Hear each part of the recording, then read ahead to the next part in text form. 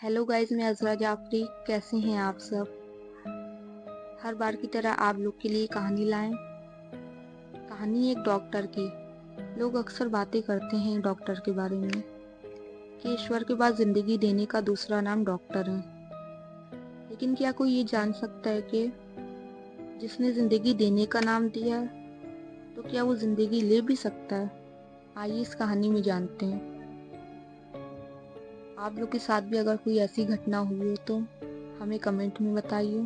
अगली कहानी आप लोग की होगी। और इसी के साथ हमारे चैनल को लाइक, शेयर एंड सब्सक्राइब करना ना भूलिएगा। चलिए इस कहानी को शुरू करते हैं। साल 1987 की बात है। उत्तर भारत के एक छोटे से गांव धर्मपुर में एक डॉक्टर आया। नाम था उसका विक्रम। पढ़े लिखे, सौभाग्य के और शहर से पढ़ाई करके गांव लौटे थे।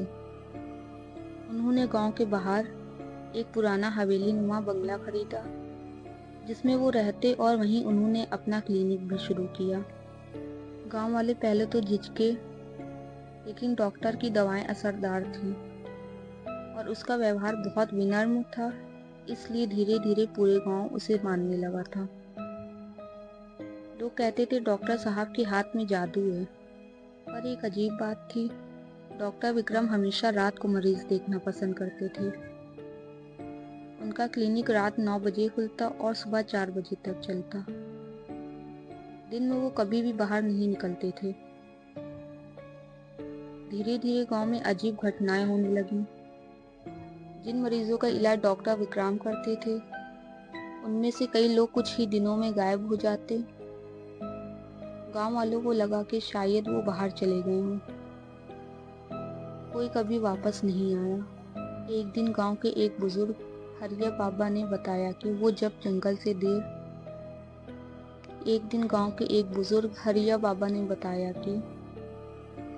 जंगल से देर रात को लौट रहे थे तो उन्होंने डॉक्टर को अपनी हवेली के पिछवाड़े एक लाश के गड्ढे में डालते हुए देखा। उन्होंने शोर मचाया, लेकिन जब लोग पहुंचे तो वहां कुछ नहीं था, ना गड्ढा ना लाश। गांव वालों ने डर के मारे कुछ नहीं कहा, लेकिन शक बढ़ने लगा था। कुछ हफ्तों बाद गांव में एक नया मेडिकल ऑफिसर आया। उन्हें डॉक्टर विक्रम की गतिविधियों पर शक हुआ। एक रात उन्होंने अपने 2 सहकर्मियों के साथ डॉक्टर की हवेली की निगरानी की। रात के 1 बजे उन्होंने देखा कि डॉक्टर किसी मरीज को इंजेक्शन दे रहा था और उसे बेहोश कर रहा था। फिर वो उसे लेकर हवेली के पीछे गया। डॉक्टर शालिनी और टीम ने उसका पीछा किया और देखा डॉक्टर विक्रम जमीन में एक गड्ढे से कुछ निकाल रहा था। वो इंसानी हड्डियां थीं। उसी समय डॉक्टर ने उन्हें देख लिया। उसकी आंखें एकदम लाल हो गईं और चेहरा विकृत, जैसे इंसान नहीं कोई राक्षस हो। वो अजीब तरीके से चिल्लाने लगा, तुम लोग मेरी पूजा में बाधा डालोगे? डॉक्टर शालिनी समझ गई कि ये इंसान नहीं है, कोई आत्मा है जिसने डॉक्टर का शरीर कब्जा कर लिया है। बाद में एक पुरानी किताब से पता चला कि उस हवेली में 100 साल पहले एक तांत्रिक रहा करता था जो मानव बलि देता था। अंग्रेजों ने उसे मार डाला था, लेकिन उसकी आत्मा हवेली में बसी रही। जब डॉक्टर विक्रम ने हवेली खरीदी, उसने उस जगह की चेतावनी को नजरअंदाज कर दिया था। तांत्रिक की आत्मा ने धीरे धीरे उसके शरीर को अपने वश में कर लिया। अब डॉक्टर विक्रम नहीं रहा। अब वो तांत्रिक ही था जो डॉक्टर की शक्ल में गांव वालों को बलि दे रहा था।